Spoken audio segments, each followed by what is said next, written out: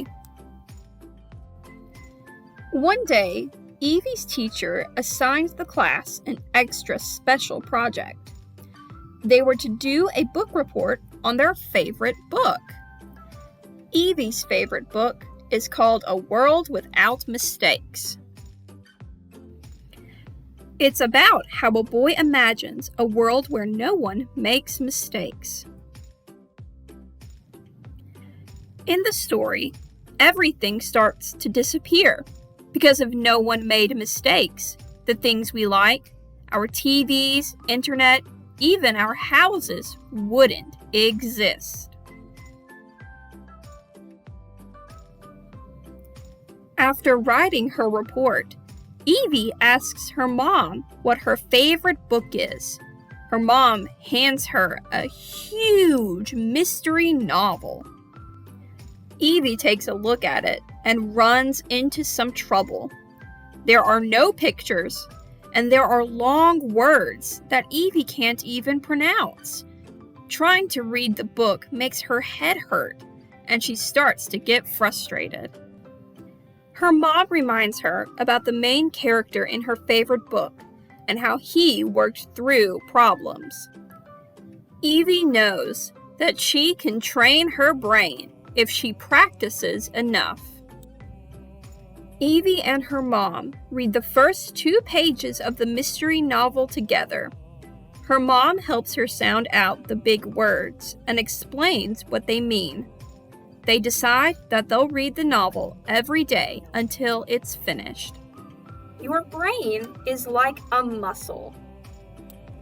You can make it stronger by exercising it. But how do you exercise your brain? By working through difficult problems, like problem solvers or puzzles.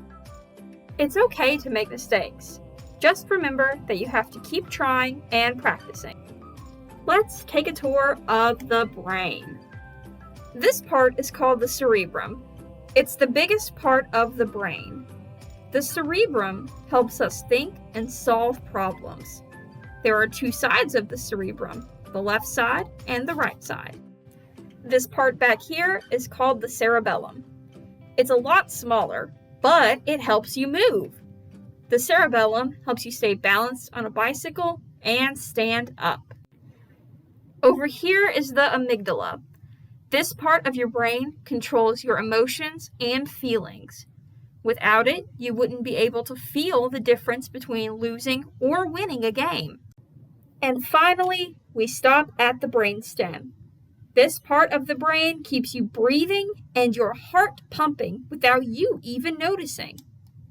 Our brains are complex and, like the rest of us, need care. So, what do we need to do to take care of our brains? For starters, we need to eat fruits and vegetables. Foods with a lot of vitamins and minerals are good for your brain, so much so that they're called brain food. Foods like avocados, eggs, nuts, broccoli, and fish can help your brain stay healthy and happy. We also need to drink lots and lots of water to help keep our brains nice and hydrated.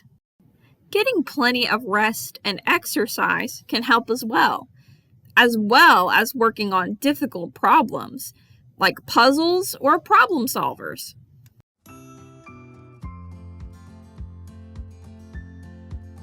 Reading is one of my favorite things to do. To sit on a couch, snuggle up, and slowly make my way through a good book is so relaxing for me. But it can also be one of the hardest things to do. Sometimes the words get jumbled up together, and sometimes I just have a problem. This can make it difficult to try and focus on what I'm reading, especially if it's for school. If you have problems focusing while reading as well, here's some things that might help. So one of the things that I do when I'm trying to focus while reading is take notes. Now, if I'm reading a book for school, this can also help. So if I see something that might be helpful for maybe an essay, or if we're having a discussion on the book, just to make notes in a notebook. And write down the page number that I'm taking my notes from. And sometimes while reading, you may have to time yourself. And what do I mean by time yourself? Well, you may be like me and be one of those people who have to read only a little bit at a time in order to stay focused. So that could be reading for 5 minutes or 10 minutes and then taking a pause and coming back to it for another 5 or 10 minutes. And maybe during the pause between the every 5 or 10 minutes of reading, you think about what you've read and write down what you think as well. Now, I like to fidget. Sitting still is very, very hard for me to do, especially while reading, because all I do while I read is wiggle around or tap my feet because I'm so bored. And it's okay to be bored while reading. So something I like to do when I'm reading and I find myself getting so bored is walk in place. That's right, walk in place while you read.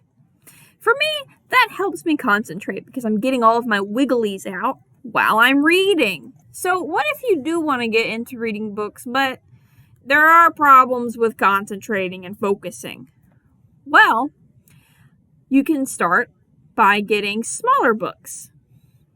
And that may mean going into a section that's for younger kids, but that's okay. Everyone reads at their own pace, and everybody starts out differently. So if you're in middle school, but you're still reading at an elementary school level, that's okay. I mean, hey, there are even adults, who still read young adult books, and that's fine. Everybody's different. So, start out with smaller books.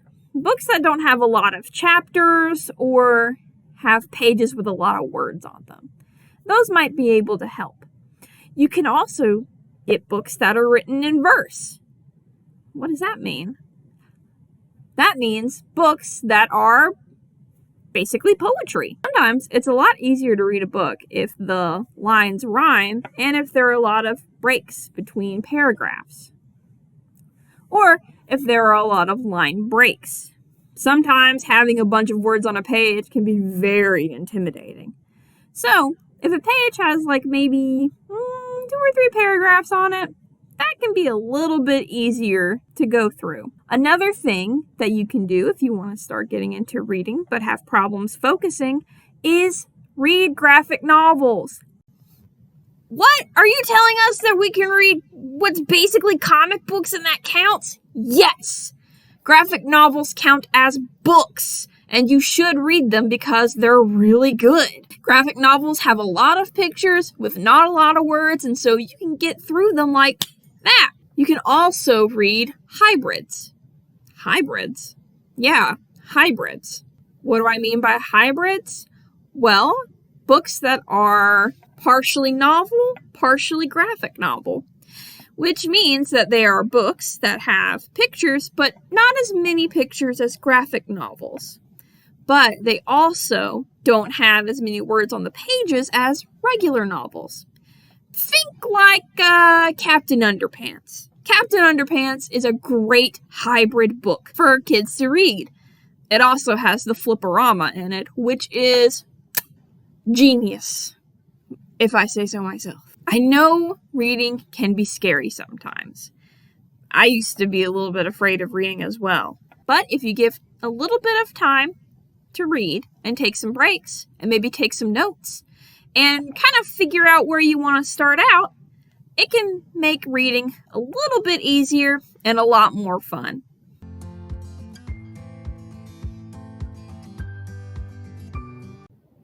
If you would like to get a library card with the Central Arkansas Library System, you need to live or go to school in Pulaski or Perry County, and know that North Little Rock is not part of our service area. You need to know your full name, date of birth, and address, and you need to have a phone number or email address. We'll use this to contact you about your account. Here's a picture of what the application looks like. Now, if you would like to have a full individual card, you will need the signature of your parent or guardian. If you do not have the signature of your parent or guardian when you turn your application in, you will be given a child provisional card. That means that the number of things you can check out is 5. If you get a full individual card, you can check up to 200 books, 15 DVDs, and 25 audiobooks. Regardless of whether you get a child provisional card or a full individual card, you will be responsible for all the items that you have checked out on your account, so be sure to take good care of them.